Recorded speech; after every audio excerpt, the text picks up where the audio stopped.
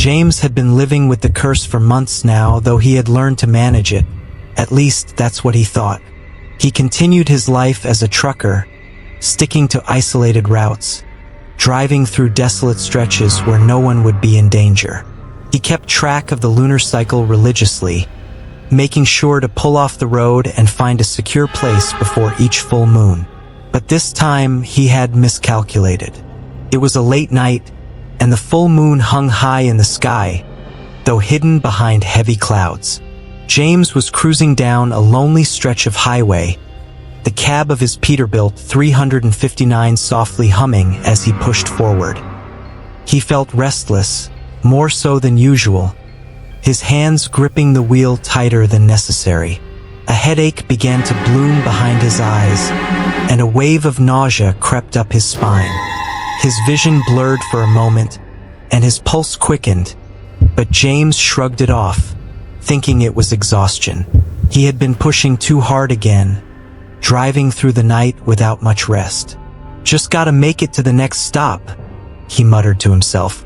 Suddenly, without warning, a sharp pain tore through his body. His fingers stiffened, his muscles spasmed, and his chest heaved. His eyes shot wide open as he felt his body start to betray him. Panic set in, but before he could pull the truck to the side of the road, everything went dark. When James woke up, the first thing he noticed was the cold ground beneath him and the night air chilling his skin. His body ached as if he had been hit by a truck, and there was a strange taste in his mouth. His head pounded, and his vision was still hazy, but as he blinked, trying to make sense of his surroundings, he froze. He wasn't in his truck.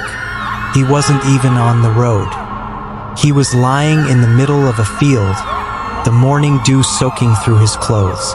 Nearby, a calf was standing, watching him with wide, innocent eyes. James's hands were trembling, his clothes were dirty, and he could feel the grit of dirt beneath his fingernails. For a moment, James couldn't breathe. He stumbled backward, scrambling away from the calf, his heart thundering in his chest. His mind raced. What the hell happened? Then it hit him, the full moon. He hadn't been paying attention. He hadn't pulled over. And now, here he was, miles from his truck, with no memory of how he had gotten there. He had lost control. Desperate, James bolted back towards the road. He found his truck a few hundred yards away, parked haphazardly in a ditch. The driver's side door was still open, the engine still faintly humming. He climbed inside, his hands shaking as he gripped the steering wheel, trying to make sense of the situation. "I did this." The thought echoed in his head like a drumbeat. He had become the very thing he feared, and worse, he had no memory of it. The primal instincts, the wild urges, they were buried deep inside him, and there was no telling when they would surface again. James gripped the wheel tighter, his knuckles white as he tried to steady himself. He couldn't stay here. He had to get out, as far away from this place as possible. He floored the gas pedal, and the truck lurched forward, tires spinning in the dirt before catching traction and roaring back onto the highway. As he sped away, his mind raced. What if someone had seen him? What if next time, it wasn't just an animal he encountered? His thoughts spiraled out of control, the fear and guilt overwhelming him.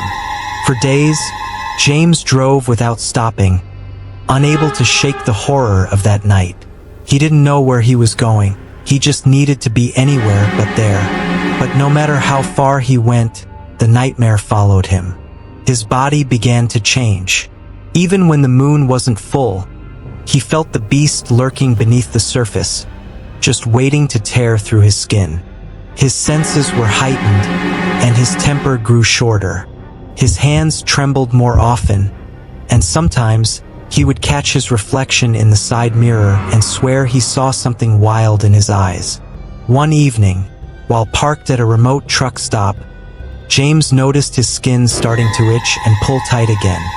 His nails had grown long and sharp, and his muscles twitched involuntarily. The beast was growing stronger, taking over even without the full moon's pull. He realized then that the transformations weren't just a monthly curse. They were becoming more frequent, harder to predict.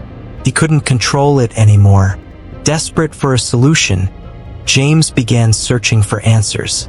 He followed rumors of old folklore, talking to anyone who had even a whisper of knowledge about curses and lycanthropy. In backwoods bars and truck stops, he met people who claimed to know things, dark things. Some whispered of ancient remedies, others of rituals that could banish the wolf inside him. But none of it was certain, and all of it came at a price. The more he searched, the more he realized the horror of his situation. There might not be a way out. The beast was becoming him. He wasn't just a man cursed to turn into a werewolf.